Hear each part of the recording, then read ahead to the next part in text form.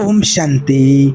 सावधान, भगवान की परीक्षा अंतिम सीमा पर होती है तो आपके साथ घटती हैं ये 6 घटनाएं।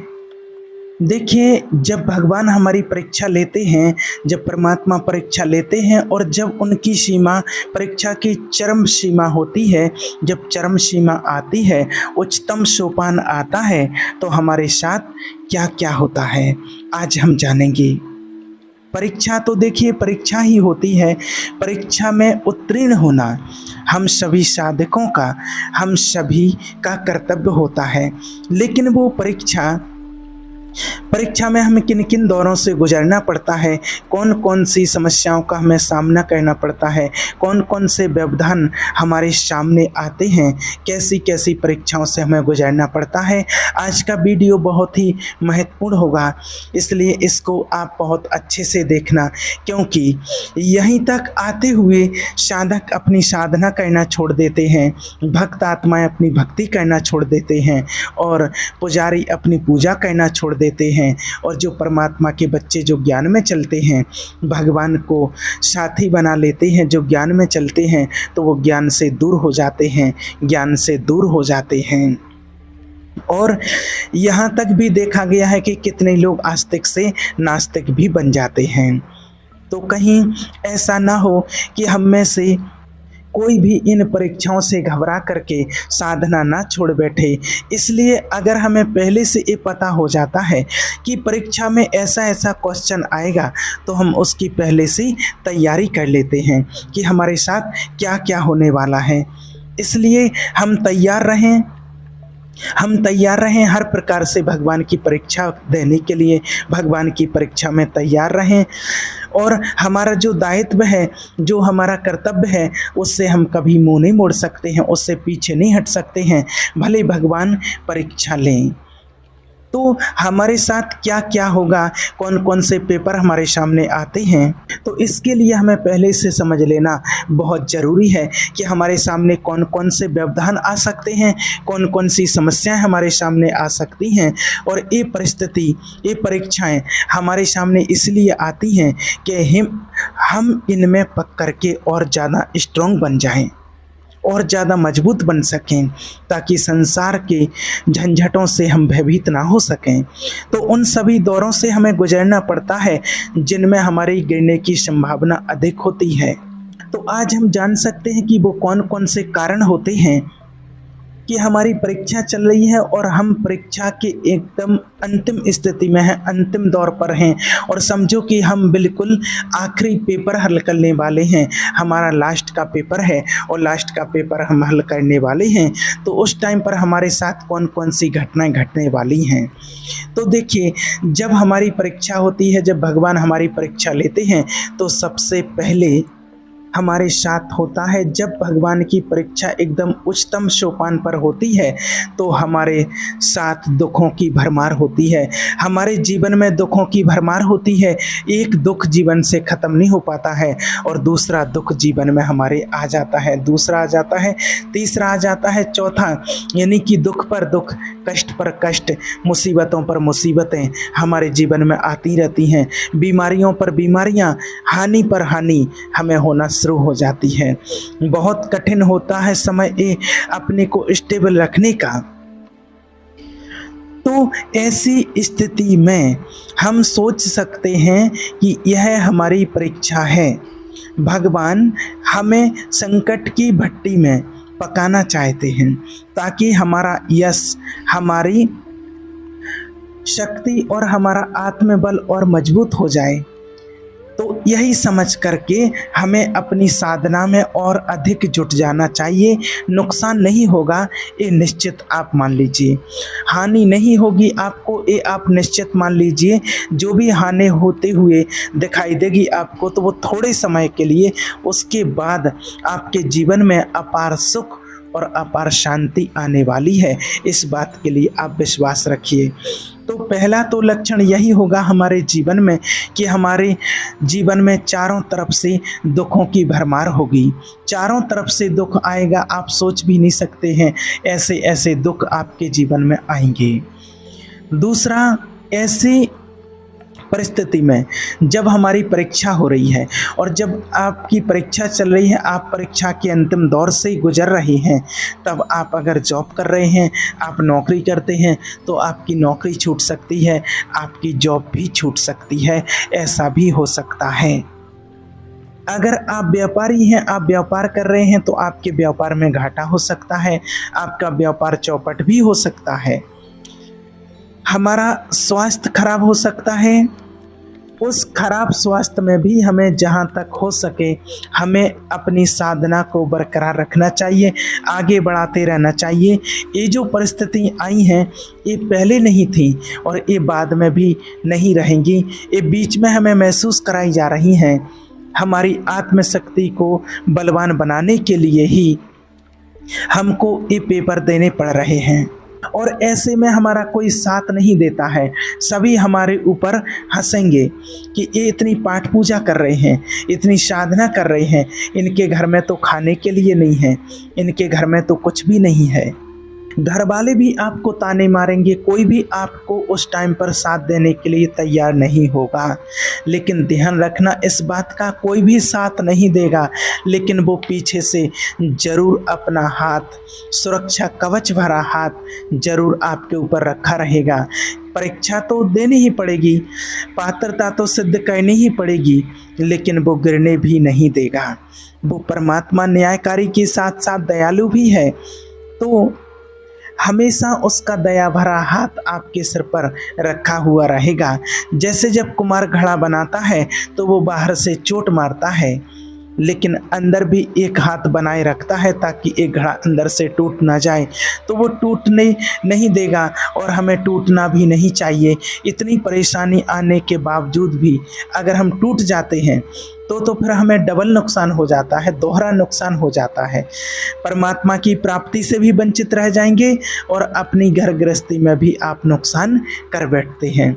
नौकरी भी आपकी चली गई और आपके व्यापार में भी आपका घाटा हो गया और फिर आप भगवान से भी वंचित रह गए, भगवान भी आपको नहीं मिल पाए, तो आपका डबल नुकसान होगा। तो इसलिए आप एक नुकसान को सहते हुए आप दूसरे बड़े नुकसान से तो बच सकते हैं। इसलिए बहुत हिम्मत का काम है और बहुत हिम्मत से आपको काम लेना है। जब ऐसी स्थिति आती है तो हर कोई आपका अपमान करेगा, हर कोई आपका अपमान करेगा, आपको अपमानित किया जाएगा। जो लोग 24 घंटे आपकी बड़ाई करते हुए नहीं थकते थे और वो आज हर तरफ से, हर प्रकार से आपका अपमान करेंगे, आपको अपमानित करेंगे और ऐसी ऐसी परिस्थितियां भी लोगों के सामने आती हैं। आपको घर से भी अपमान मिलेगा, आपका अपमान पहले तो घर से ही शुरू होगा। आपके सामने ऐसी ऐसी परिस्थितियां भी आएंगी और ऐसी परिस्थितियां वास्तव में आई हैं, लोगों ने प्रैक्टिकल में बताया है, उनके साथ में ऐसी ऐसी घटनाएं घटी हैं। कई लोग कहते हैं, अभी कुछ दिन पहले की बात है, तो उज्जैन से एक भाई का फ़ोन आया था।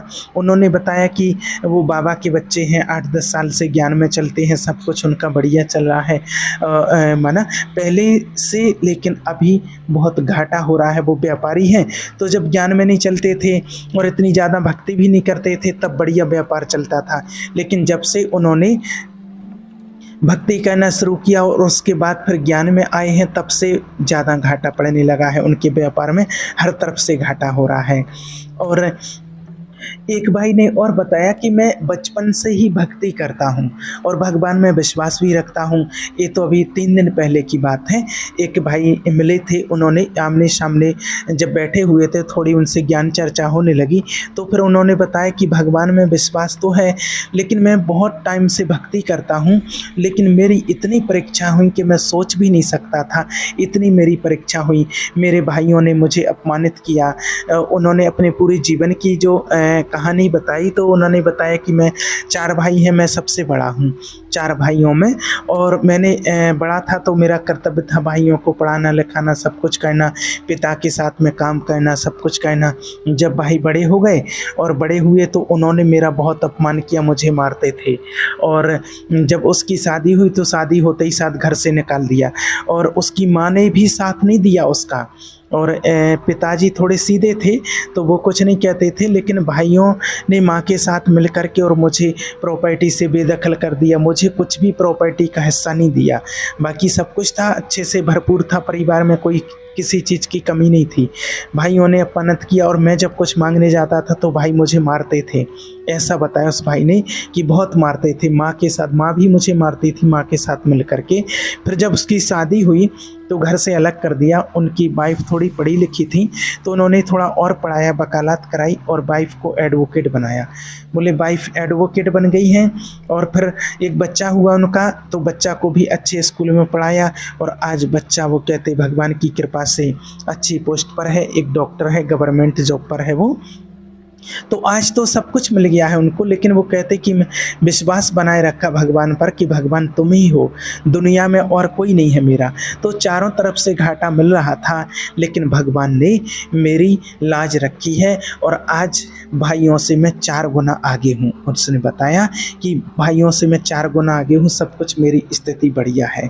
तो कहने का भाव कि अपमान तो आपको मिलेगा, आपके घर से अपमान मिलेगा, बाहर से भी अपमान मिलेगा, सब तरह से। और परीक्षाएं भी आपकी होंगी। आज हम प्रैक्टिकल में देख रहे हैं ध्रुव की, प्रहलाद की कितनी परीक्षाएं हुई हैं, और इतनी परीक्षाएं तो हमारी नहीं हो रही हैं। तो ये हमारे सामने ऐसे परीक्षा वाले पेपर क्यों आते हैं? आज जो चाहे आप ध्रुव का चरित्र देखो, चाहे प्रहलाद जी का चरित्र देखो कि प्रहलाद जी के पिता ने अपमानित किया और ऐसी ऐसी कठिन परीक्षाएं उनकी ली, पिता ने ही मारना चाहा, भगवान से दूर करना चाहे। ध्रुव की माँ ने, जो उनकी छोटी माँ थी, उन्होंने अपमानित किया। तो ये जो अपमान मिलता है, ये जो परीक्षाएं आती हैं, तो ये कहीं ना कहीं हमारे कल्याण के लिए ही आती हैं। ध्रुव ने जब तपस्या की, तपस्या करके, बहुत कठिन उन्होंने तपस्या की, तपस्या करके, और जब फिर श्री नारायण पहुँचे उनके पास वरदान देने के लिए, तो भगवान विष्णु जी से जब पहुँचे जैसे ही, और उन्होंने कहा कि ध्रुव आंखें खोलो। ध्रुव ने आंखें खोली और कहा कि मांगो, क्या मांगना चाहते हो? तो उन्होंने कहा कि मेरे अंदर बहुत सारे क्वेश्चन हैं। मेरी माँ ने, छोटी माँ ने मेरा अपमान क्यों किया? फिर मेरी माँ ने अपमान किया तो मेरे पिता ने क्यों नहीं रोका? मुझे राजधानी से बेदखल क्यों किया गया? मैं तो बड़ा राजकुमार हूँ। ऐसे तमाम उनके अंदर क्वेश्चन थे। तो फिर क्या हुआ? भगवान विष्णु जी कहते हैं कि आओ ध्रुव, पहले मेरी गोदी में बैठ जाओ, फिर पूछना कि तुम क्या क्या पूछना चाहते हो। तो फिर जब वो ध्रुव गोदी में बैठ जाते हैं और फिर श्री नारायण उनके सिर पर हाथ रखते हैं और हाथ रख करके फिर कहते हैं कि अब बताओ क्या पूछना चाहते हो। तो ध्रुव कहते हैं कि अब मुझे कुछ नहीं पूछना है, मुझे सारे सवालों के जवाब मिल गए हैं कि अगर मेरा अपमान नहीं होता, मेरी परीक्षा नहीं होती, मुझे घर से बाहर नहीं निकाला जाता, तो अगर मुझे पिता की गोदी से नहीं उतारा जाता, तो मैं आपकी गोदी में कैसे बैठता, मुझे आपका प्यार कैसे मिलता। और आज उनको पूरी दुनिया पूज रही है, सभी लोग उनको याद करते हैं। ऐसे ही प्रहलाद जी को भी आज पूरी दुनिया याद करती है, पूरी दुनिया के लिए वो सम्माननीय है। तो कब बने? जब वो परीक्षा में पास हो सके, जब उनकी परीक्षा आई। तो इसलिए किसी भी प्रकार से कोई भी परीक्षा आती है तो वो हमें स्टेबल बनाने के लिए, स्ट्रॉन्ग बनाने के लिए और हमें आगे बढ़ाने के लिए ही आती है। इसलिए भगवान की परीक्षा में कभी भी आप फेल नहीं हो जाना। तो आपको कहने का भाव जो बताया कि पत्नी से भी अपमान मिल सकता है, भाइयों से अपमानित हो सकते हैं, और ये अपमान की एक ऐसी घड़ी होती है कि यहाँ पर आकर के जो साधक होते हैं वो अपनी साधना करना बंद कर देते हैं। वो सोचता है कि मैं इतनी पूजा पाठ करता हूँ, भगवान का इतना ध्यान करता हूँ, इतना स्मरण करता, इतना मंत्र जाप करता, उसके बावजूद भी हमें इतनी परेशानी हो रही है। चलो परेशानी तो मैं सहन कर सकता हूँ, लेकिन हमें इसके बाद कितना अपमान हो रहा है। तो अपमान किसी को जल्दी सहन नहीं होता है। तो उस समय आपको दृढ़ बने रहना है, दृढ़ता का परिचय आपको देना है। कोई नहीं है लेकिन हमारा भगवान हमारे साथ है।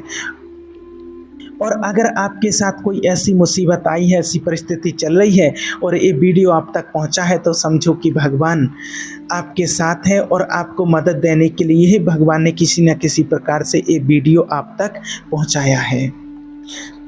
तो ऐसी स्थिति में आप दृढ़ता का परिचय दीजिए, चाहे कुछ भी हो जाए, हमें भगवान का साथ नहीं छोड़ना है। अगर आप भक्ति करते हैं तो आप भक्ति नहीं छोड़ना है। आप भगवान का ज्ञान सत्संग सुनने जाते हैं, बाबा के बच्चे बने हैं, तो आपको बाबा का परमात्मा का हाथ और साथ नहीं छोड़ना है। आप नाम जप करते हैं तो आपको वो नहीं छोड़ना है, साधना नहीं छोड़नी है। कुछ भी हो जाए, आप जिस मार्ग में चल रहे हैं वो सेवा पूजा आपको नहीं छोड़नी है, क्योंकि अभी तो आपको अपमान दिखाई दे रहा है, दुख दिखाई दे रहा है, लेकिन आगे चल के आपको बहुत सम्मान मिलने वाला है। और इतना सम्मान मिलेगा कि पूरी दुनिया, सारा संसार आपके आगे नतमस्तक हो जाएगा। सुदामा जी को कितना कष्ट मिला था, आप सभी ने देखा है कि इतनी परीक्षाएं कि उनको खाने के लिए भोजन नहीं, बच्चे कह रहे हैं हमें भोजन चाहिए और वो पानी पिला के सुला दे रहे हैं, और फिर भी भगवान में विश्वास है, फिर भी दृढ़ता है कि मेरे भगवान हैं। पानी पी के सो रहे, फिर भी भगवान का शुक्रिया अदा कर रहे हैं, क्योंकि सुख आगे चल कर के उनकी प्रतीक्षा कर रहा था। इसी तरह से सुख आगे चल के आपकी प्रतीक्षा कर रहा है। और कृपया आप अपने आप को स्टेबल, स्ट्रॉन्ग बनाए रखें। आगे जब ऐसी स्थिति किसी के सामने आ जाती है तो उसके साथ धन की हानि होती है, स्वास्थ्य भी गड़बड़ा जाता है, अपनों से अपमान भी मिलता है, धोखा भी मिलता है, तो व्यक्ति सोचने लगता है कि इस संसार में अब अपना कोई नहीं है, कोई नहीं अपना है, हम किसके लिए क्या करें। जब ऐसी स्थिति आती है तो नास्तिकता की ओर व्यक्ति बढ़ जाता है।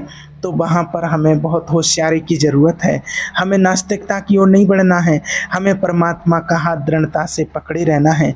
वो चाहे कुछ भी कराए, कैसी भी परिस्थिति आए, लेकिन हमें दृढ़ होकर के अपनी साधना में आगे बढ़ते रहना है। तो इन नकारात्मक विचारों को हमें अपने अंदर प्रवेश नहीं करने देना है। मजबूती और धैर्य को आप बनाए रखें। आप बिल्कुल अकेले पड़ जाओगे, आपका कोई साथ देने वाला नहीं होगा। लेकिन ध्यान रखना आप इस बात का कि अकेले आप समझ रहे हो कि मैं बिल्कुल अकेला हूँ, नहीं, आपका भले सारा संसार साथ छोड़ दे, ऐसी स्थिति भी आई है और लोगों के सामने आई भी है। उस समय हमें दृढ़ता का परिचय देना पड़ेगा। धीरज, धर्म की परीक्षा भी होती है आपत्ति काल में। तो ये परीक्षाएं क्यों हो रही हैं आपकी, क्यों ली जा रही है परीक्षाएं? ये इसलिए ली जा रही है ताकि आप अपने और पराये का भेद समझ सकें। कौन अपना है, कौन पराया है, किससे मित्रता करनी है और किसके प्रति उदासीन हो जाना है, किसके साथ हमें अपने संबंध बनाए रखना है और किसके साथ हमें नहीं बनाए रखना है। इन सब चीज़ों की जानकारी हमें विपत्ति के समय पर होती है। धीरज, धैर्य की परीक्षा भी विपत्ति में होती है, धर्म की परीक्षा भी विपत्ति में होती है, मित्रों की परीक्षा भी विपत्ति में होती है और स्त्री की परीक्षा भी विपत्ति में होती है।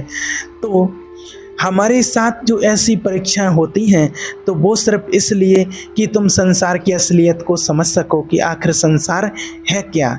इसलिए कहते हैं कि ना तो वास्तव में पहले कोई था हमारा, ना अभी है और ना बाद में रहेगा। कौन था हमारा? सबसे पहले भगवान ही हमारा होता है और आज भी भगवान ही हमारा है और आगे ही भगवान ही हमारा होगा। साथी, ये भाव आप बना लीजिए, सारे संकट की घड़ी आपकी मिट जाएगी और असीम आनंद और असीम शांति और खुशी आगे चल के आपकी प्रतीक्षा कर रही है। ये थोड़ी सी परीक्षा आप दीजिए, आप हिम्मत रखिए, बहादुरी से। ये जो परिस्थिति आपके सामने आएगी, इसको आपको जीतना ही जीतना है और आपको आगे बढ़ना ही है। इसमें आपको कभी भी हार नहीं माननी है और भगवान से कभी भी विश्वास डगमग नहीं करना है। ठीक है? ओम शांति।